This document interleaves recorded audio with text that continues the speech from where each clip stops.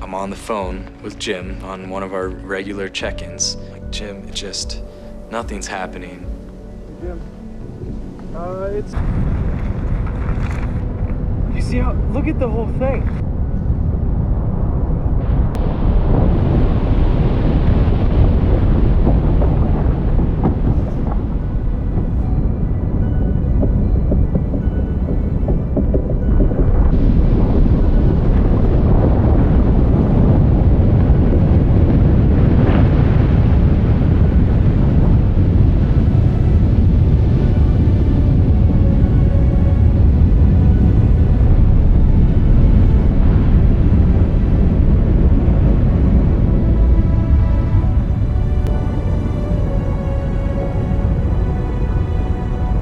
We're just observers.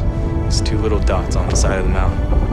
And we watched and recorded the largest witness calving event ever caught on tape. So how big was this calving event that we just looked at? We'll resort to some illustrations again to give you a sense of scale. It's as if the entire lower tip of Manhattan broke off, except that the thickness, the height of it, is equivalent to buildings that are 2.5 or 3 times higher than they are.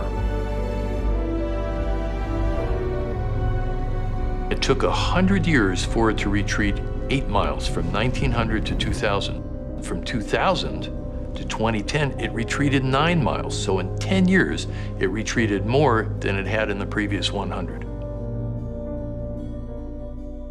2014 will go down as the warmest year around the globe in recorded history. 2015 was the hottest year since climate records began. Figures show this July was the single hottest month in recorded history. Australia sweltered through its hottest spring on record. The phenomenon was a short-term trigger to a long-term global warming caused by human activity. Climate change is now affecting every country on every continent. It's the rate that's of great concern.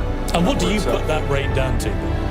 Oh, it's human activity. I think it's ridiculous. We have bigger problems right now, and it'll get cooler, it'll get warmer. It's called weather. I do not believe that human activity is causing these dramatic changes to our climate the way these scientists are portraying. 1.2 million people died because of the pollution put up into the air. This is a result of climate change. Right. It's only going to get worse. This is a big problem, and it's not going to go away. The debate is over. Climate change is real. It is already causing major problems. And if we do not act boldly and decisively, a bad situation will become worse. As a UN messenger of peace, I have traveled all over the world for the last 2 years documenting how this crisis is changing the natural balance of our planet. I've seen cities like Beijing choked by industrial pollution, ancient boreal forests in Canada that have been clear-cut, and rainforests in Indonesia that have been incinerated. In India, I met farmers whose crops have been literally washed away by historic flooding. In America, I have witnessed unprecedented droughts in California and sea level rise flooding the streets of Miami. In Greenland and in the Arctic, I was astonished to see that ancient glaciers are rapidly disappearing, well ahead of scientific predictions. All that I have seen and learned on my journey has absolutely terrified me. There is no doubt in the world scientific community that this is a direct result of human activity and that the effects of climate change will become astronomically worse in the future. Our planet cannot be saved unless we leave fossil fuels in the ground where they belong.